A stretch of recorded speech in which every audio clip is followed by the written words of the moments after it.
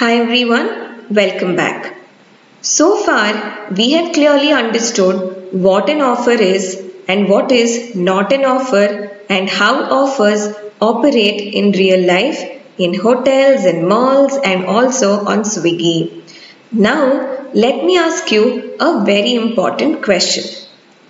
If there is an offer but nobody accepts it, is there still a contract? The answer is simple, right? Absolutely, it is a no. An offer by itself is incomplete. It becomes meaningful only when it is accepted. So today we move to the second pillar of the contract, that is acceptance. Acceptance is defined under section 2 subsection B of the Indian Contract Act. In simple words, when the person to whom the proposal is made signifies his assent, the proposal is said to be accepted. Once an offer is accepted, the offerer becomes the promiser and the offeree becomes the promisee, and a promise comes into existence. So let's take a quick everyday example to understand this. A says, I will sell you my laptop for rupees 40,000, and B replies, I agree. And this simple word I agree converts offer to acceptance and proposal to promise. But just like every offer is not a valid offer, every acceptance is also not a valid acceptance. For acceptance to be legally effective, it must satisfy certain essential elements. Thus, let us now understand them one by one through a single continuing example. So let's take this example. A offers to sell his bike to B for rupees 60,000. Remember this example because I'll be quoting it further in order to explain this concept on essentials of a valid acceptance. Now, what is the first essential to make an acceptance valid? First of all, acceptance must be absolute and unqualified.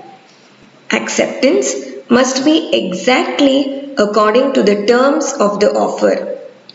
If B says, I will buy the bike for rupees 55,000, this is not an acceptance. This actually amounts to a counter offer where the original offer terminates. Therefore, even a small change to the original offer does not amount to acceptance. Next, acceptance must be communicated. Acceptance is complete only when it is communicated to the offerer. If B accepts in his mind but does not inform A that he is also willing to buy the bike, is there a contract? No. What you need to remember here is mere silence does not amount to acceptance. Communication can be written or in oral, but communication is a must. The next essential element is that acceptance must be in the prescribed mode. If the offerer prescribes a particular mode of acceptance, the acceptance must be made in that mode. Example, A says, send your acceptance by email, and B sends his acceptance by a WhatsApp message. Here, A may either accept the acceptance or reject it. Now let's move further and understand the next essential element. That is, acceptance must be given within a reasonable time.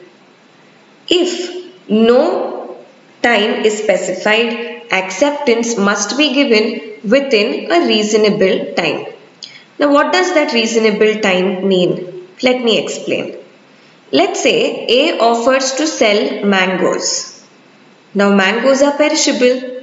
In such a case, acceptance must be given at least within 10 days, otherwise the mangoes might get perished. Therefore, in this example, the reasonable time would be to give the acceptance within 10 days. Okay, so let's move further.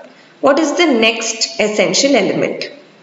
The next essential element is that acceptance must be given before the offer lapses or is revoked. Once the offer is revoked or has expired or becomes void, any acceptance after that will be considered as invalid. Next, acceptance may be expressed or implied. Now, what do you mean by express acceptance? That is, the acceptance can either be spoken or written. Then what is implied acceptance? Anything that is understood by the conduct will be considered as implied acceptance. Example, boarding a bus implies acceptance of paying the fare. So, now we know how acceptance works, when is it valid, but here's a practical question. Can an offer or acceptance be withdrawn? The answer is yes. But before we understand the concept of revocation, let's understand the concept of communication. You know why it is important to understand the concept of communication of offer, communication of acceptance and communication of performance even before we understand the concept of revocation?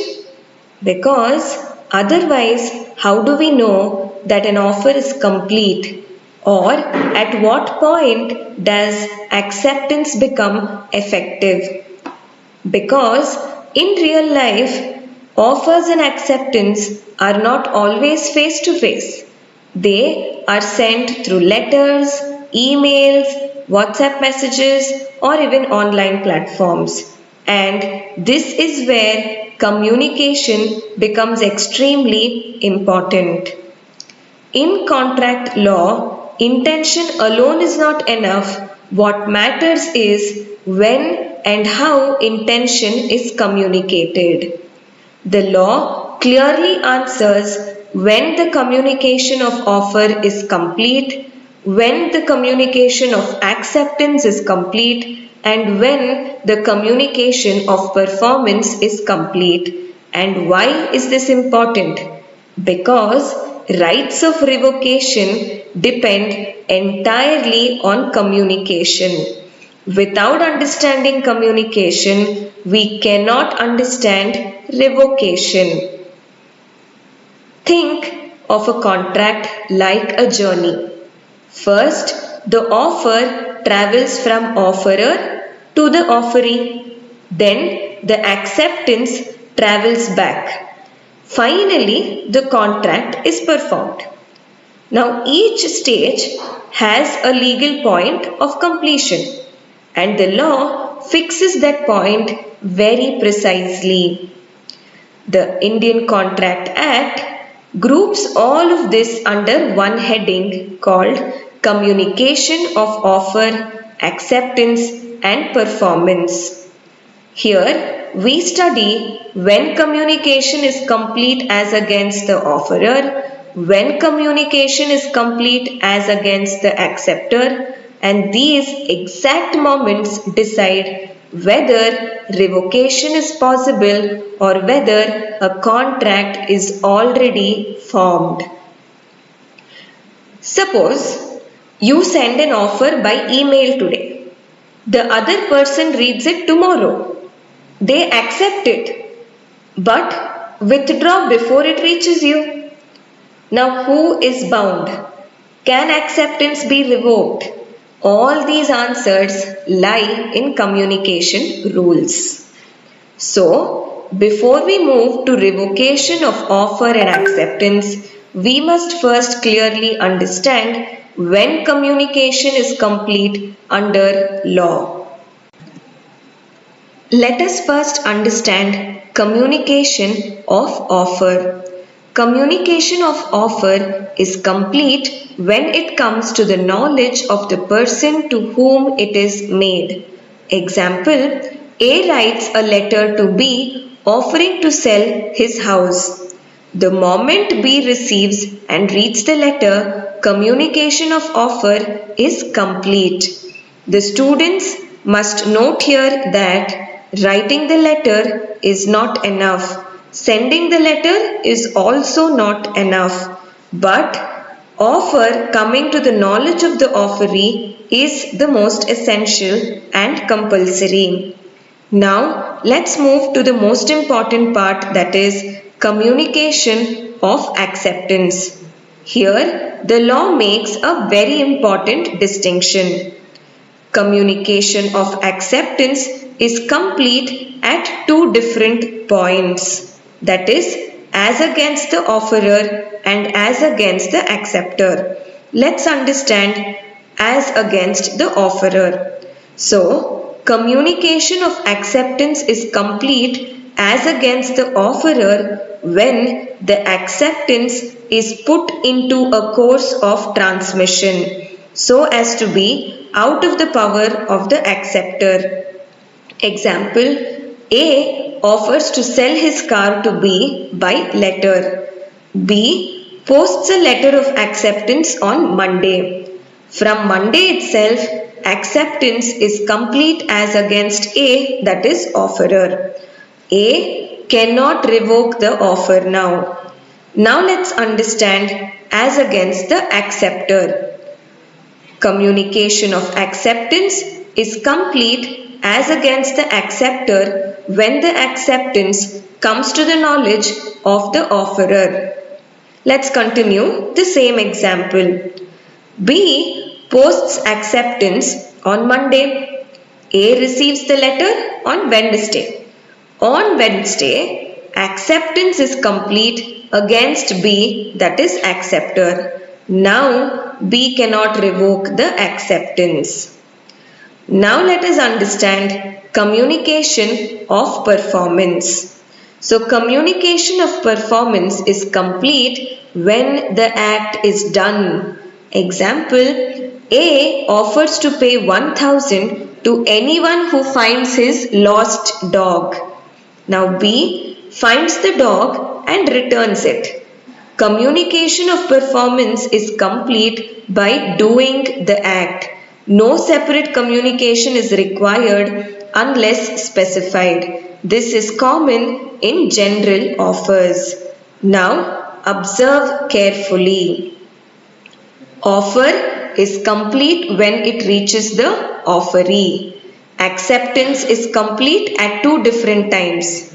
Performance is complete when the act is done, because these points are fixed by law and revocation is allowed only before these points. That's why offer can be revoked before acceptance is complete against the offerer.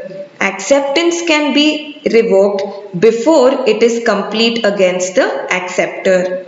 So, before we understand revocation, remember this golden rule. Revocation depends entirely on communication.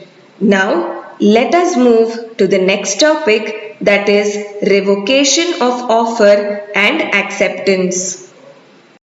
So, what does revocation mean? Revocation means withdrawal. Offer can be revoked. Acceptance can also be revoked, but only under certain conditions. Let's understand revocation of offer.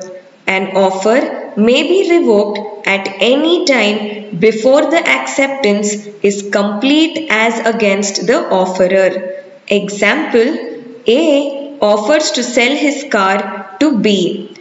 Before B accepts, A can withdraw the offer, and this is a valid revocation. Now, what is revocation of acceptance? An acceptance can be revoked at any time before acceptance is complete as against the acceptor, but not afterwards. Example, B sends a letter accepting A's offer. Before the letter reaches A, B sends a telegram withdrawing the acceptance. This is a valid revocation. Now let's understand what are the different modes of revocation. Firstly, revocation can be done by communication of notice, that is, directly informing the other party. Example, I withdraw my offer. Second, by lapse of time. If acceptance is not given within the prescribed or reasonable time, the offer is said to have been revoked or acceptance is said to have been revoked. Next, by failure to fulfill a condition precedent. That is, if acceptance depends on a condition and the condition is not fulfilled, then the acceptance is said to be revoked. Also, by the death or insanity of either party, it amounts to revocation. Also, by subsequent illegality, which means if the contract becomes unlawful due to change in law, this also amounts to revocation. So, a final recap. Offer plus acceptance equals promise. Acceptance must be absolute, timely and proper. Offer and acceptance can be revoked but only before completion. So in the next session, we will move to an important concept on consideration, where we can answer the question, why does the law enforce promises at all? So till then, revise this topic with real life examples because it makes law simple. Thank you.